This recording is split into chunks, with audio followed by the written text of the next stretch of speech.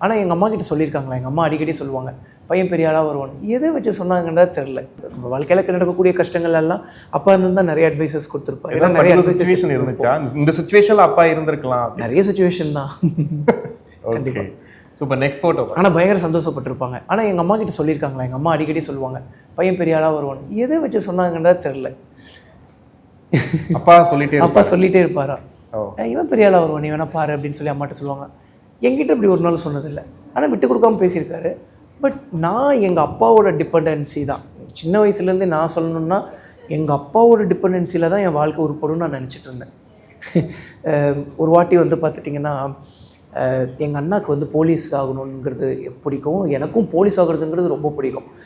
So எங்கள் அண்ணாவை police ஆக்கிடுவேன், ஆனால் என் பையனை ஆக்க மாட்டேன், அவன் முயற்சியால் தான் வரணும் அப்படின்னு சொல்லி எங்கள் அப்பா சொல்லிட்டாங்க.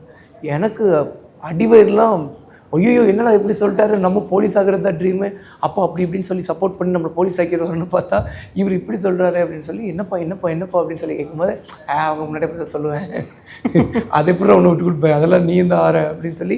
பட் இருந்தாலும் அப்பாவுக்கு ஹை அஃபிஷியலாக போக வைக்கணும்னு ஆசை. இது போலீஸ் ஆக வைக்கிறதுன்னு சொல்லல, லைஃப்லேயே பெருசாக ஆக வைக்கணும்னு ஆசை.